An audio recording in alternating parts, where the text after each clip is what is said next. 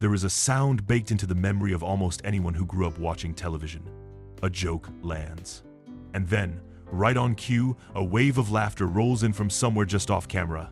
Dozens of voices, chuckling in perfect unison, filling the silence before the next line.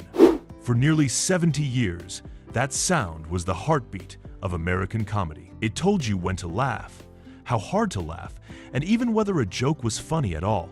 And then, one day, it just wasn't there anymore. Somewhere between the 1990s and today, an entire generation of hit comedies simply stopped using it. No audience, no canned chuckles, just silence after the punchline. And somehow, the shows got funnier. So what happened? Why did an industry built on manufactured laughter walk away from the very tool that made it rich? And here's the part almost nobody knows. The laugh track wasn't really an audience at all. It was one man, one very secretive, very strange man, who kept a locked machine in his garage that most of Hollywood was never allowed to see. By the end of this video, you'll understand not just why the laugh track disappeared, but why science says it was working on your brain the entire time, whether you wanted it to or not. Let's start at the beginning. Long before television, comedy already had a rule. People laugh better in groups. Vaudeville performers knew it. Radio comedians knew it. When you hear someone else laugh, something in your brain nudges you to laugh along, even if you're sitting alone in the dark. Early radio producers leaned into this instinctively, layering in the sound of a crowd to make a joke land harder. So when television arrived in the late 1940s, it inherited that assumption. Comedy needed an audience. The problem was, audiences are unpredictable, and that unpredictability was about to create an entire industry. Enter Charles Douglas. A sound engineer working for CBS, Douglas had spent the war years helping the Navy develop radar systems, which meant he understood machines, timing, and precision better than almost anyone in the entertainment business. When he moved into television production, he noticed something that bothered him deeply. Live studio audiences didn't laugh the way producers wanted. Sometimes a joke landed and got silence. Sometimes a mediocre line got a roar. Sometimes people laughed for so long it ruined the pacing of the next scene. So Douglas built a fix. Using laughter recordings, many of them pulled from the silent pantomime segments of a variety show, he began stitching together a library of human reactions. Chuckles, gasps, applause, groans. He built a machine to house it all, a strange contraption that looked something like a cross between a filing cabinet and a church organ, with rows of tape loops and keys that could trigger a laugh on command. It stood over 2 feet tall, and Douglas named it the Audience Response Duplicator. Nobody called it that. Everybody called it the laugh box. Here's where the story gets almost unbelievable. Douglas treated the laugh box like a state secret. It was kept under padlock. He wheeled it into editing rooms himself and insisted on working alone, refusing to let producers or engineers watch him operate it. Only his own family ever learned how the internal mechanism actually worked. For decades, television insiders referred to him as the industry's most talked about man, precisely because almost nobody had actually seen what he did. One television critic in 1966 nicknamed him the Hollywood Sphinx. And what he was doing quietly, from inside that locked box, was deciding how America laughed. By the early 1960s, the technique had a name: sweetening.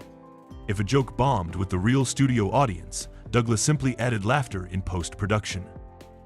If the audience laughed too hard or too long, he trimmed it down. Entire shows filmed without any audience at all could be given a completely fabricated laugh track from scratch. Shows like Bewitched, The Munsters, and the Beverly Hillbillies leaned hard into big, raucous Douglas laughter. Quieter shows like The Andy Griffith Show used a gentler touch. Either way, the laughter you heard almost never came from the people who were actually in the room. And here's a detail that tends to stop people in their tracks. Within the Douglas operation, different family members had different comedic sensibilities. Charlie himself was famously conservative, holding back on bigger laughs. His son Bob was known to be more liberal, more willing to let a scene roar, so producers would sometimes specifically request which Douglas they wanted working on their show that week, because the audience reacting to their jokes would genuinely sound different depending on which family member was at the controls. Think about that for a second. For 20 years, a huge percentage of American sitcom laughter was being curated by the personal taste of one family, working in secret, essentially auditioning as the entire national audience. There's a story from the era that captures just how normalized this had become.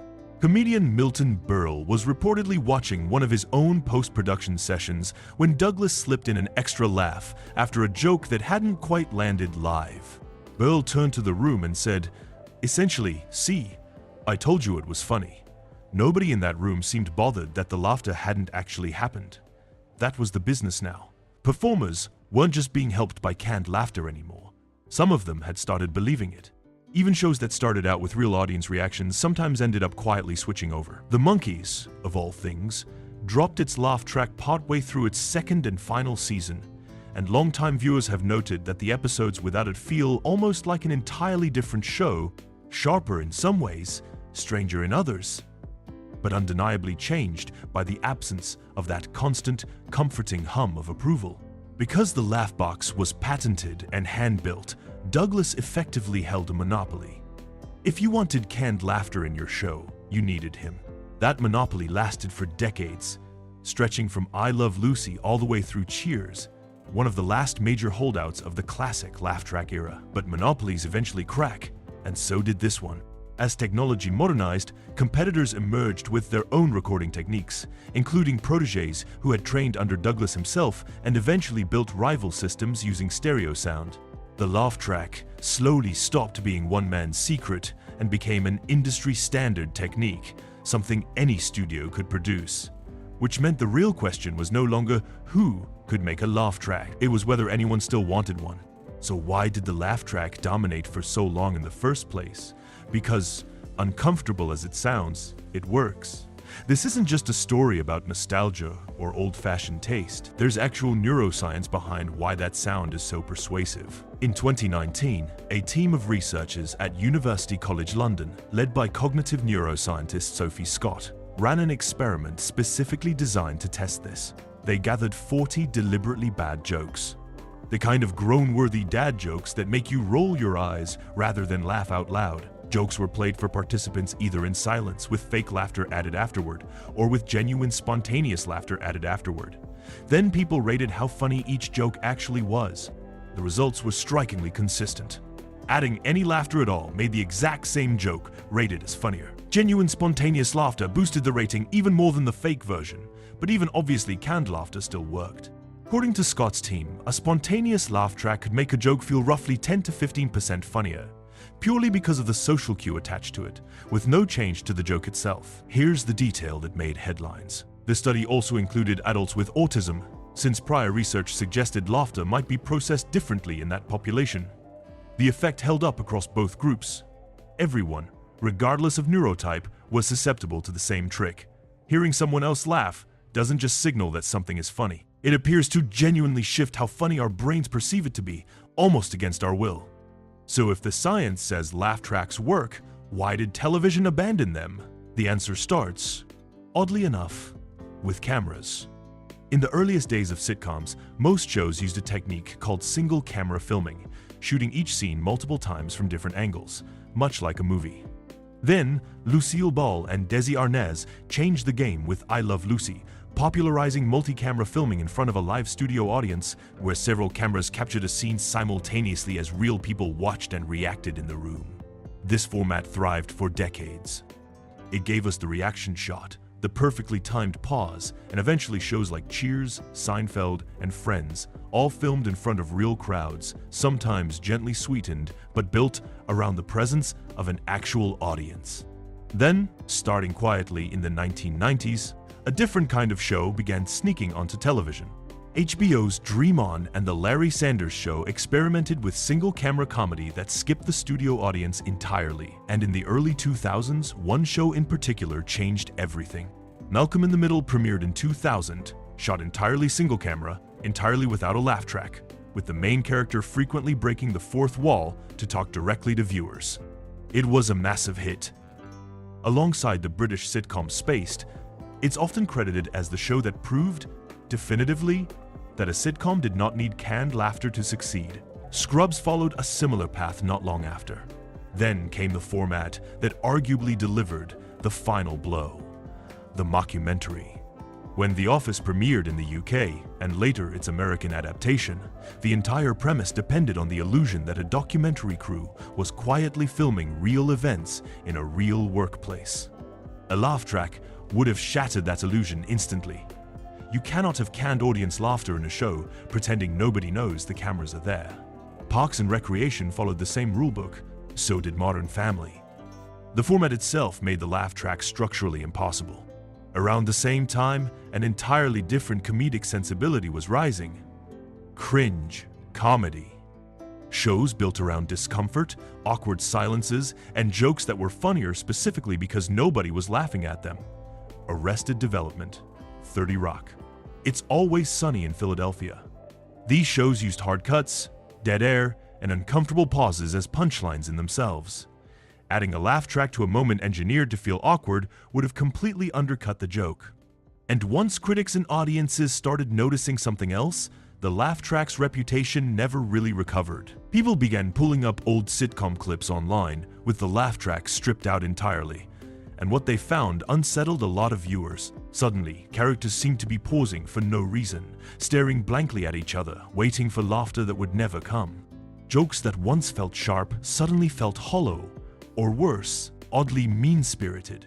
Since the canned laughter had been doing a lot of quiet work smoothing over jokes that weren't actually landing on their own, watching those stripped-down clips felt almost like catching a magician mid-trick.